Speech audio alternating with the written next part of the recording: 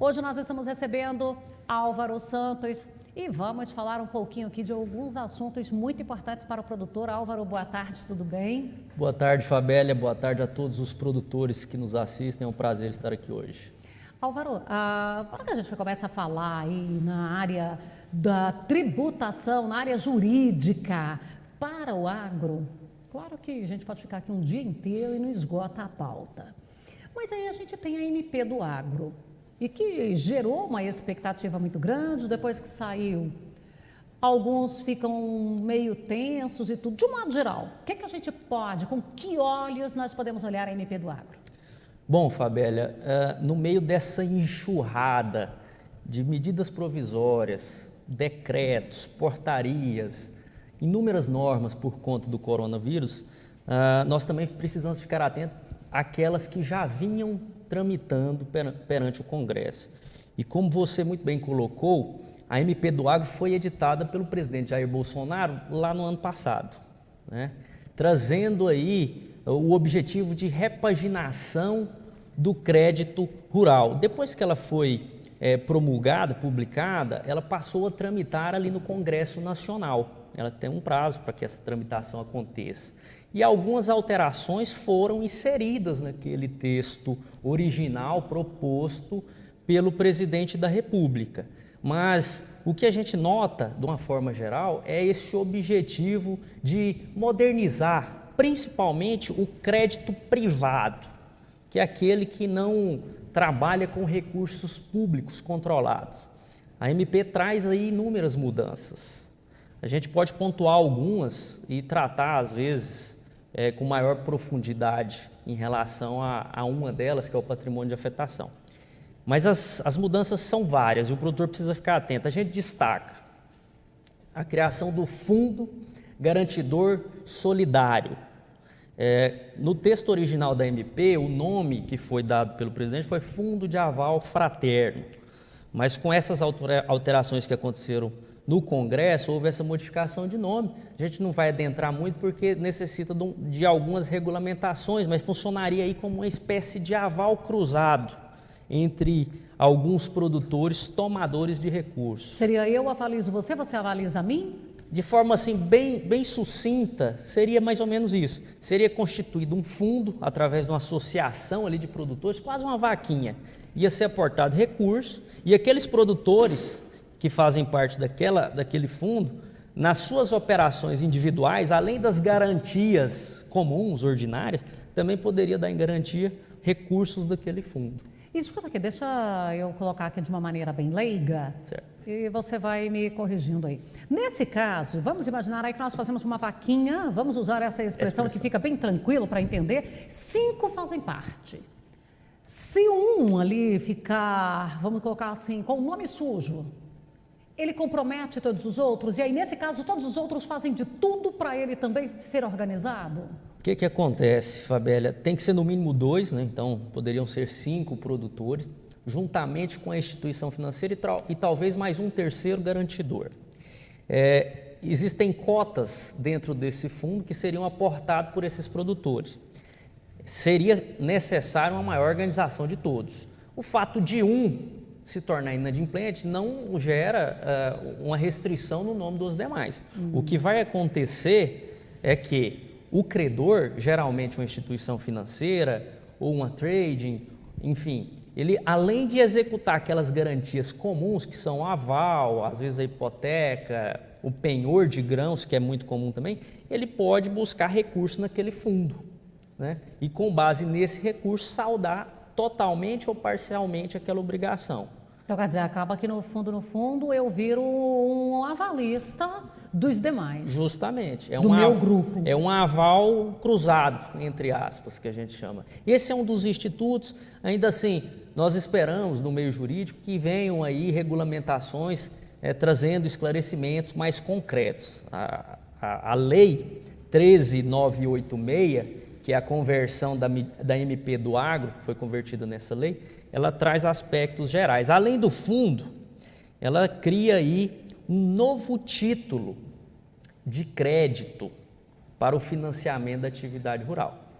A gente pode lembrar aqui que temos as cédulas rurais, que são aquelas cédula rural hipotecária, pignoratícia, você tinha duplicata rural, a nota promissória rural que entrou em desuso. Você tem também a cédula de produto rural, a partir de 94 e repaginada em 2001. E agora você tem um novo título, CIR, Cédula Imobiliária Rural, ou CIR, ou CIR. Isso aí a gente vai ver no dia a dia. Então traz esse novo título, na qual o produtor se compromete a pagar em dinheiro aquele recurso que ele tomou, mas também, se houver um inadimplemento, a transferir parte da propriedade no sistema que a gente vai explicar daqui a pouco, que é o regime do patrimônio de afetação. Então há também esse novo título. Outra novidade que a gente pode pontuar e talvez discutir com maior profundidade numa outra ocasião, são as novidades da CPR. Então, além de criar um novo título, existem as novidades da cédula de produto rural. Então, a CPR permanece e ainda foi repaginada. Perfeito, Fabélia. A CPR, ela permanece, mas ela ganha novos institutos para ser utilizada ali no dia a dia. E a CPR cada vez mais é utilizada no dia a dia. Muitas vezes aquele produtor que não consegue acessar um recurso ali do Plano Safra, um recurso oficial, ele também não tem recursos próprios para fazer o custeio daquela produção, ele vai às vezes na loja de insumo e faz o famoso barter, ou a troca. Então ele compra uma semente e se compromete a entregar produtos depois que ele colher. E aí essa operação geralmente é lastreada com a cédula de produto rural, a CPR. Ela permanece, como muito bem ressaltado, mas com uma nova repaginação. Vou pontuar 3 bem rápido. Será possível na CPR financeira você possibilitar a correção pela variação cambial. O que é isso? É você possibilitar que, se o dólar subiu, o dólar desceu, eu pago em dólar, seria mais ou menos isso? Você vai continuar pagando em reais. Existem ainda obstáculos para que a obrigação seja liquidada em dólar, mas vai acompanhar. Se o dólar subiu, aquele valor contraído em reais vai subir. Ele não pode aparecer lá, ou pode? Tipo, eu devo $5.000. Não, isso não pode por aparecer. Por enquanto, isso ainda não é possível, embora a gente vê alguns contratos distorcidos com esse tipo de obrigação. Mas se a minha conta é de 100 mil, olha, eu estou devendo $1.000, aí chega no dia, a minha conta é de 100 mil, agora vamos ver quanto eu vou pagar desses 100 mil. Justamente. Aí vai lá e pega aqueles $1.000 e converte ali para a moeda, o câmbio do dia. Perfeito. Você vê a oscilação dele. Eu só faço de conta que não é em dólar. No fundo...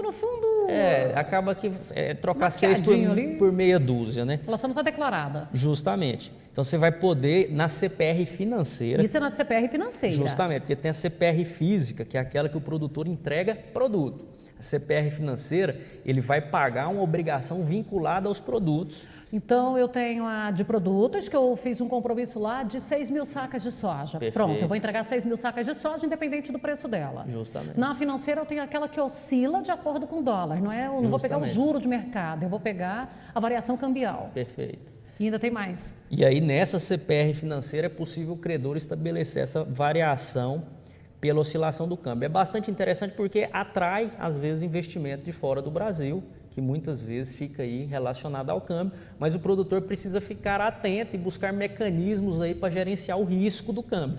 Ninguém imaginava, Fabélia, que o dólar estaria hoje aí 5,20, 5,30, né? Há pouco tempo estava 3 e pouco, 4 e pouquinho. Então, esse tipo de risco, ele pode ser muito brusco.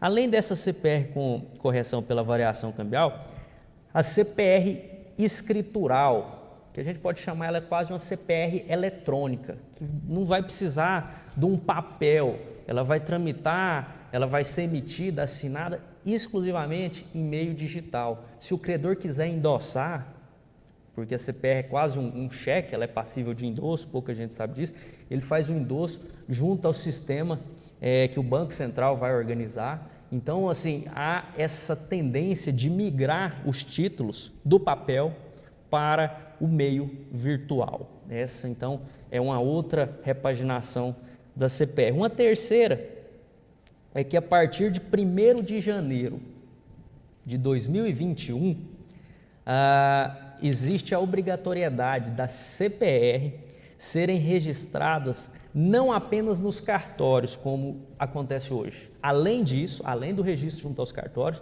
também junto a um órgão a ser indicado pelo Banco Central, quase como um depósito, né? Sob pena daquele título não ter validade.